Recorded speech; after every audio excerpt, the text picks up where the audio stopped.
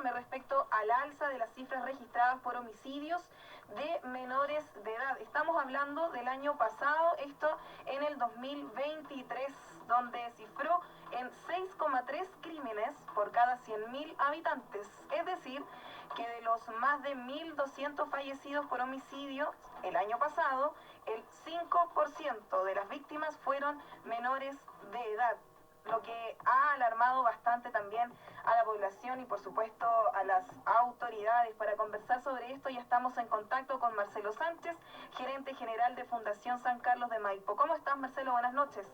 Hola Silvana, buenas noches. Bueno, preocupado por las cifras, ¿eh? La verdad es que esto nosotros lo veníamos anticipando y efectivamente en diciembre, ya cuando el Ministerio Público dio a conocer las primeras estadísticas, se lograba notar un aumento sostenido en la tasa. Durante los últimos 5 años la tasa de victimización, es decir, homicidios consumados de niños y adolescentes. Y lo más significativo es que mientras la tasa general de homicidios caía un 6%, en el año 2023, en el caso de niños y adolescentes aumentaba un 22,2%, es decir, el costo de la delincuencia y el crimen organizado lo están pagando los niños. Claro, son cifras bastante alarmantes, Marcelo, porque es decir que es la cifra más alta de homicidios a menores de edad en los últimos 7 años. O sea, de todas maneras, y mira que el año 2022 ya habíamos tenido un récord con 54 niños y pasamos a 66 niños el año 2023. Y si tú analizas bien las cifras, te vas a dar cuenta que la gran mayoría, 6 de cada 10, mueren en contextos delictivos, es decir, en medio de bandas rivales o protagonizando un delito. Directamente protagonizando un delito son un 20%, pero en el contexto de participación en acciones delictivas estamos hablando de cerca de un 60%. Y en el caso de los que mueren en estos mismos contextos, en un 40% tienen que ver con una bala loca, una víctima aleatoria del delito, etcétera.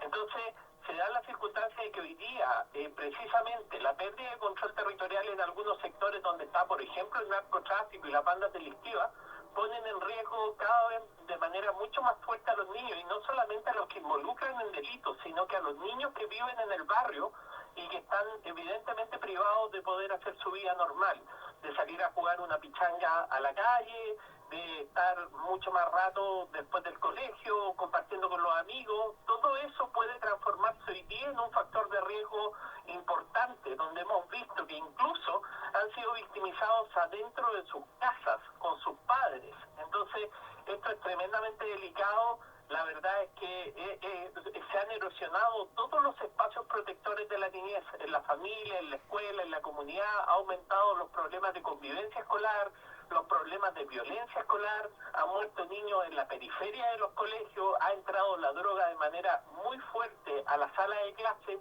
Entonces son todos temas que evidentemente van redundando en estas cifras que debiera ser claramente la prioridad en materia de combate al delito.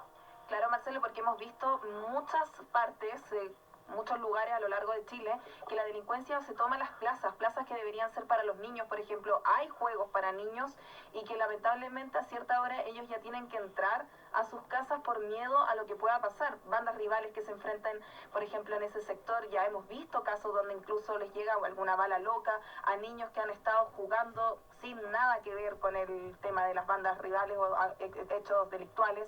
Entonces son cifras alarmantes, son preocupantes y nos da a entender que finalmente los delincuentes no les importa nada, no importa que hayan niños, no importa que hayan abuelos, no les importa absolutamente nada al momento de enfrentarse, y eso es algo que se ha ido dando aún más a lo largo del tiempo y lo vemos ahora reflejado en las cifras.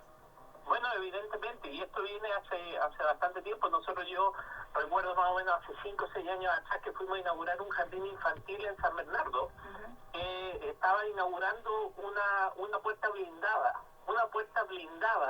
porque los narcos iban a ensayar el calibre de las balas de sus nuevas armas contra ese jardín infantil, donde incluso algunos de ellos eran apoderados. Entonces, eso es lo que de alguna forma nos muestra que acá no hay límites.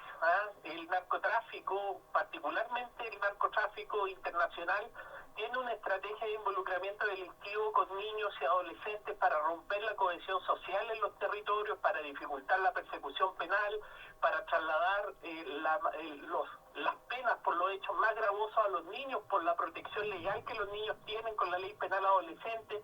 Es decir, esto es parte de una estrategia. Y en la medida que siga penetrando el crimen organizado, en la medida que siga operando el narcotráfico con sus redes internacionales, vamos a ir viendo cómo va creciendo esta estadística. Este es un indicador que nos muestra el avance del crimen organizado cuando vemos que los niños están muriendo de manera mucho más significativa que cualquier otro grupo de la población. Tiene que ver con la acción focalizada del crimen organizado contra ese grupo etario, porque es parte de su estrategia criminal. Entonces tenemos que tener mucho ojo. Es precisamente este el momento donde hay que aislar a los líderes del crimen organizado, donde hay que actuar con allanamientos focalizados, donde sabemos que operan las bandas delictivas, y una vez que hagamos eso, instalar un sistema vigoroso de prevención social, que llegue antes, que deje de llegar tarde, que trabaje con la familia, con la escuela, con la comunidad, fortaleciendo los entornos protectores de la niñez. Claro, Marcelo, estábamos hablando de que, por ejemplo, esta misma semana, en una semana, 22 homicidios por lo bajo se registraron.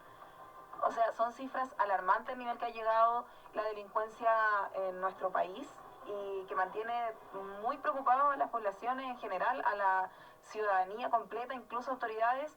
Pero además, Marcelo, llevémoslo un poco más al hecho de lo que estábamos hablando al comienzo, porque nos decía que son muchas veces los menores de edad involucrados en hechos delictuales que pierden la vida. Sabemos que hay muchas bandas, por ejemplo, que hacen portonazos, que hacen encerronas, y que ocupan, lamentablemente la palabra es ocupar a menores de edad, porque saben que la ley no les puede hacer mucho en comparación con una persona ya más adulta, o que tenga algún tipo de guía prontuario policial. Entonces, lamentablemente se están escudando un poco en los menores de edad, y ellos hacen caso también a las familias. Entonces, son muchas veces los mismos tíos, hermanos, papás, padres, que los llevan a estos tipos de hechos delictuales, y también ahí es todo, es como una, entre comillas, y no quiero que se malentienda, pero es como una herencia familiar, ¿no? No, Silvana, de todas maneras, si tú miras la estadística y la evidencia nacional e internacional, más del 40% de las personas que hoy día están privadas de libertad tuvieron un papá, una mamá o un adulto responsable preso, y sus modelos familiares adhieren a principios delictivos, a conductas antisociales. Por lo tanto, es el primer factor de riesgo. Pero ahí la pregunta está en cómo estamos trabajando con las familias donde quedaron niños, donde sus papás, su mamá hoy día están presos. Estamos trabajando con ellos. ¿Qué trabajo, qué intervención familiar estamos haciendo para que esos niños, a los pocos años, no sean nuevamente los líderes de esas bandas delictivas? ¿Qué es lo que nos ha pasado, por ejemplo, en iniciativas como la iniciativa La Legua, donde finalmente hemos visto que se ha desarticulado a las familias, se han metido presos a los delincuentes? Sin embargo, ha habido una debilidad para poder llegar y trabajar con los niños de tal manera de que no sigan en las carreras delictivas. Eso es clave lo que tú dices. Los modelos parentales son la base fundamental del involucramiento delictivo.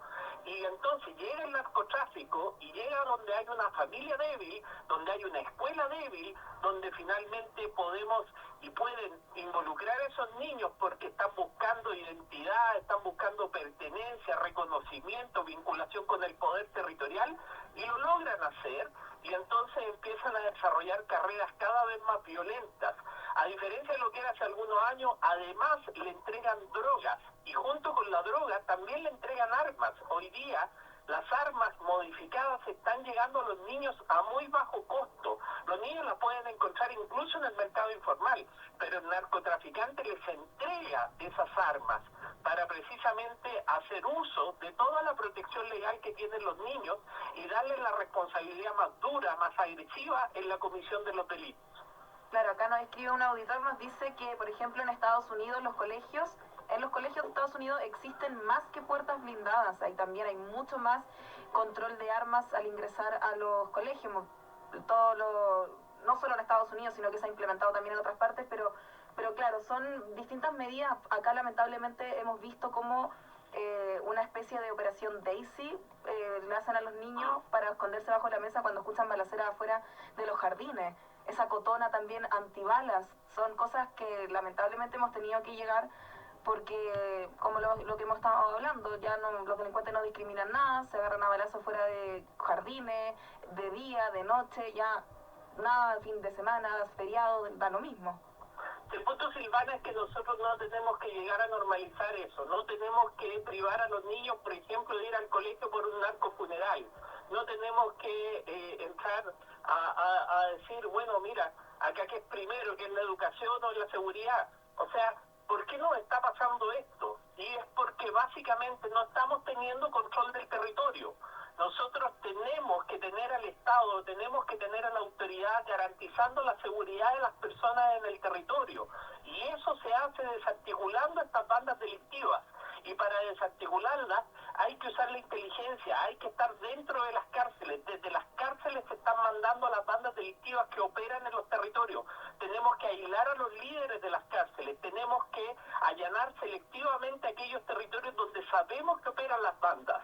Y junto con eso tenemos que llegar con toda la fuerza del Estado, con toda la capacidad del Estado para revertir la exclusión social que hay en esos territorios, preocuparnos de tener servicios, preocuparnos de tener oferta programática con evidencia, con resultados, oferta preventiva, que las oficinas locales de la niñez finalmente funcionen y funcionen con programas que realmente resultan, que ampliemos las coberturas, por ejemplo, de la terapia multisistémica, que es un programa que ayuda al desistimiento delictivo. 6 de cada 10 niños, 7 de cada 10 niños salen del delito en la medida que vuelven a una familia prosocial o vuelven al colegio. Y los 3 o 4 que no lo hacen necesitan un apoyo en materia de salud mental, necesitan que trabajemos con ellos. Pero resulta que hoy día tenemos nuestra oferta colapsada en materia de mejor niñez, tenemos 4 veces las listas de espera que teníamos en septiembre del 2021. Por lo tanto, acá el desafío es doble, tenemos que reducir las listas de espera en mejor niñez, tenemos que preocuparnos de instalar los modelos preventivos a través de las oficinas locales, tenemos que llegar antes, trabajar con las familias, con la escuela, con la comunidad, tenemos que tener acceso a salud mental, tenemos que empezar a cerrar la llave y a tomar control del territorio para poder desplegar toda la fuerza del Estado y cerrar aquellas brechas que ocupan los narcotraficantes y que ocupan el crimen organizado y que finalmente los niños terminan pagando los costos de esta escalada que se está logrando a través de estas organizaciones criminales. Perfecto, Marcelo, le queremos agradecer por su punto de vista. Yo creo que más de alguna persona piensa de la misma manera que usted. Falta también poder enfocarse más en los niños y en una mejor niñez, una niñez de verdad. Así es, Silvana. Muchas gracias y muy buenas noches a todos. Muchas gracias, que esté muy bien. Ahí conversábamos entonces con Marcelo Sánchez, gerente general de Fundación San Carlos de Maipo, respecto a este tema. Vamos a seguir avanzando.